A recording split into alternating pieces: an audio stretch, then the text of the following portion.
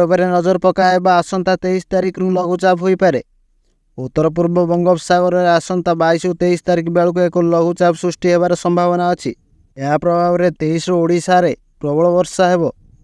उत्तर पूर्व बंगोपसागर एवं संभवतः म्यांमार उपकूल एक लघुचाप सृष्टि होबार संभावना रही। यह 48 घंटा मध्य पारादीप पाखापाखि ओडिशा उपकूल में पहुँचब। परवर्ती 12 ରୁ 24 घंटा मध्य प्रायतः संबलपुर दे छत्तीसगढ़ और मध्य प्रदेश आड़ को मुहाई पारे। यह घनीभूत हो अवपात परिणत हेले समुद्र में अधिक 24 घंटा रहिबा संभावना रही। आकलन अनुसार जदि अवपात न हुए तेबे वर्षार परिमाण कमिब। परवर्ती खबर नुआ राशन कार्ड को नहीं सरकार बड़ घोषणा।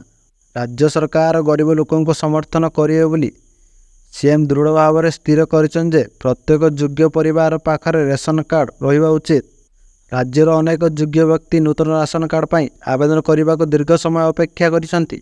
अनेक मंत्री स्पष्ट कर सारी जे समस्त योग्य व्यक्ति शीघ्र राशन कार्ड पाइबे।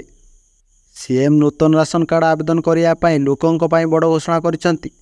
नूतन राशन कार्ड पर आवेदन प्रक्रिया को त्वरान्वित करने और रेशन कार्ड प्रदान करने एक दृढ़ कार्य योजना प्रस्तुत करने को सीएम अधिकारी मानक निर्देश देइछंती।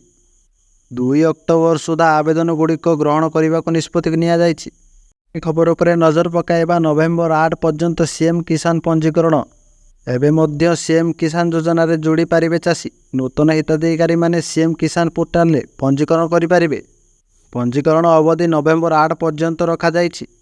एही योजना माध्यम रे चाषी भौणी और भाई माने 2000 टंका लेखाएं 2टी किस्ती रे वार्षिक 4000 टंकार आर्थिक सहायता पाई पारिबे बोली संसदीय व्यापार मंत्री डॉक्टर मुकेश महालिंग सूचना देइछंती।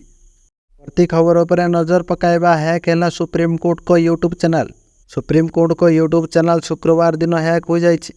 हैक हेबा परे एथिरे क्रिप्टो करेंसी संपर्कित विज्ञापन प्रशासित करा जाइछि। यह अमेरिका कंपनी रिपल लैब्स द्वारा विकसित क्रिप्टो करेंसी संस्था। सेपरी चैनल एक ब्लैंक वीडियो प्रसारित करा जाइथिला। यार शीर्षक ब्रांड गर्लिंग गाउस रही। हैक हेबा परे सुरक्षा एजेंसी आवश्यक पदक्षेप ग्रहण करिछि। देशर सर्वोच्च न्यायालय संबंधित जनहित संपर्कित मामलार शुणाणी यही चैनल माध्यम करि थांती। नजर पकाइबा तिरुपति लड्डू विवाद को नहीं पवन कल्याण बड़ बयान।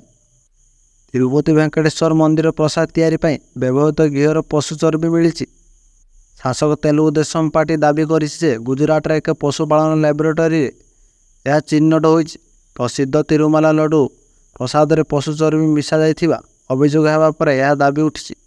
गुजरात एक परीक्षागार एक रिपोर्ट रे प्रसाद में व्यवहृत घीरे गाई चर्बी एवं माछ तेल थिबा कुआ जाइछि। एही दाबी को नहीं श्रद्धालुओं मध्य तीव्र असंतुष्ट प्रकाश होइछि। प्रसाद भाव में बंटन करा पई लड्डू तैयारी गोमांस चर्बी माछ तेल एवं खजूरी तेल व्यवहार करा जाउथिबा टीडीपी कहिछि। आम खबर पर नजर पकाइबा जन्ममाटी रे पहुँचले मुख्यमंत्री मोहन चरण माझी। 3 दिनिया गस्तर केन्दुझर पहुँचले मुख्यमंत्री मोहन चरण माझी गतकाली पूर्वाह्न 11 केन्दुझर पहुँचती। राईसुआ एयर स्ट्रिप रे उलाई रास्ता पथरे सीधासलख स्थानीय ऑडिटोरियम को जाई लाइव सर्वेस ग्रुपर 3य वार्षिक सम्मेलन जोग देइछंती।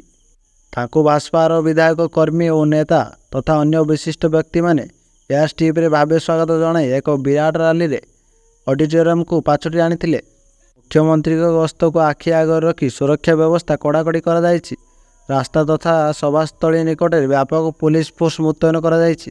खबर पर नजर पकाइबा गत 17 तारिख रे प्रधानमंत्री नरेंद्र मोदी बहु प्रशिक्षित सुभद्रा योजना शुभारंभ करिसेंती। भुवनेश्वर जनता मैदान रे आयोजित कार्यक्रम में प्रधानमंत्री सुभद्रा योजनार शुभारंभ करने पर महिला अकाउंट को प्रथम किस्ती टंका जाइछि। सुभद्रा योजनार प्रथम किस्ती अकाउंट को आसिबा परे एक गुजब प्रचारित होउछि। कुआ जाउछि कि अकाउंट को आसीथिबा सुभद्रा टंका न उठेले सरकार नहीं जिवे। जहाँपर बैंक सामने महिला माने प्रबल भिड़ लगाउथिबा देखिबाकू मिलिछि। उपमुख्यमंत्री प्रभाती परिड़ा कहिसेंती बैंक रु सुभद्रा योजना टंका न उठाले सरकार नहीं जिबा गुजब करा जाउछि। वास्तव में सेभଳି किछि नहीं। एभଳି मिथ्या प्रचार शुणु नहीं। आगामी खबर उपरे नजर पकाइबा पुणी हेब रत्न भंडार सर्वे। 3 दिन धरी सर्वे करिब एएसआई टीम। पुणी थरे अनुष्ठित हेब रत्न भंडार वैश्विक सर्वे। 7 सेप्टेम्बर 21, 22 और 23 जाए ହେବ ରତ୍ନଭଣ୍ଡାରର ବୈଷୟିକ ସର୍ଭେ। ଏଏସ୍ଆଇ ଟିମ୍ ଏହି 3 ଦିନ ଅପରାହ୍ନ 2ଟାରୁ ସନ୍ଧ୍ୟା 6ଟା ପର୍ଯ୍ୟନ୍ତ ସର୍ଭେ କରିବେ। ଶ୍ରୀମନ୍ଦିର ମୁଖ୍ୟ ପ୍ରଶାସକଙ୍କ ଚିଠି ପରେ ରତ୍ନଭଣ୍ଡାର ସର୍ଭେ ନେଇ ଏଏସ୍ଆଇ ତତ୍ପରତା ଦେଖାଇଛି। ପ୍ରତି ଖବର ଉପରେ ନଜର ପକାଇବା। ଆଗାମୀ 2 ବର୍ଷ ମଧ୍ୟରେ ଭାରତରେ ଶେଷ ହେବ ନକ୍ସଲବାଦ। ଛତିଶଗଡ଼ ଗସ୍ତରେ ଯାଇ ବଡ଼ କଥା କହିଛନ୍ତି ଗୃହମନ୍ତ୍ରୀ ଅମିତ ଶାହ। ଆଗାମୀ 2 ବର୍ଷ ମଧ୍ୟରେ ଦେଶରେ ସମ୍ପୂର୍ଣ୍ଣ ନକ୍ସଲବାଦ ଶେଷ ହୋଇଯିବ।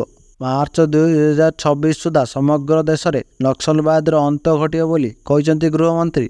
ଛତିଶଗଡ଼ରେ ନକ୍ସଲର ହିଂସାରେ ପ୍ରଭାବିତ ହୋଇଥିବା 55 ଜଣ ପୀଡ଼ିତାଙ୍କୁ ସମ୍ବୋଧିତ କରିବା ସମୟରେ ଶାହ କହିଛନ୍ତି, ଆମେ ଦେଶରୁ ନକ୍ସଲବାଦକୁ ଉଚ୍ଛେଦ କରି ଶାନ୍ତି ପ୍ରତିଷ୍ଠା କରିବୁ।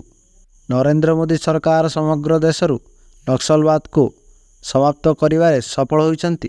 ବସ୍ତରର 4ଟି ଜିଲ୍ଲା ବ୍ୟତୀତ 2026 ମାର୍ଚ୍ଚ ଶେଷ ସୁଦ୍ଧା ଦେଶରେ ନକ୍ସଲବାଦକୁ ଅନ୍ତିମ ବିଦାୟ ଦେବାକୁ ସ୍ଥିର କରାଯାଇଛି। ଶେଷ ଖବର ଉପରେ ନଜର ପକାଇବା। ଭୂମିକମ୍ପରେ ଥରିଲା ଉତ୍ତର କୋରିଆ। ରିକ୍ଟର ସ୍କେଲରେ ତୀବ୍ରତା 3.9। ଗୁରୁବାର ଉତ୍ତର କୋରିଆରେ ଭୂମିକମ୍ପ ଝଟକା। ଏନେଇ କୋରିଆ ପାଣିପାଗ ବିଭାଗ ଅନୁଯାୟୀ ରିକ୍ଟର ସ୍କେଲରେ ଭୂମିକମ୍ପର ତୀବ୍ରତା 3.9 ଥିଲା। ଦକ୍ଷିଣ କୋରିଆର ପାଣିପାଗ ଏଜେନ୍ସି ଗୁରୁବାର ଏକ ବିବୃତ୍ତିରେ କହିଛି ଯେ ଚୀନ ସୀମାବର୍ତ୍ତୀ ଉତ୍ତର କୋରିଆର ଜଙ୍ଗଲ ପ୍ରଦେଶରେ 3.9 ମ୍ୟାଗ୍ନିଚ୍ୟୁଡ଼ର ଏକ ଭୂମିକମ୍ପ ଅନୁଭୂତ ହୋଇଛି। ଗୁରୁବାର ସ୍ଥାନୀୟ ସମୟ ସନ୍ଧ୍ୟା 7:41ରେ ଏହି ଭୂମିକମ୍ପ ଘଟିଛି। କୋରିଆ ପାଣିପାଗ ବିଭାଗ କହିଛି ଯେ ଭୂମିକମ୍ପର କେନ୍ଦ୍ର ଉତ୍ତର 40.54 ଡିଗ୍ରୀ ଏବଂ ପୂର୍ବ ଦୀର୍ଘାମୟ 126.64 ଡିଗ୍ରୀ ରହିଛି।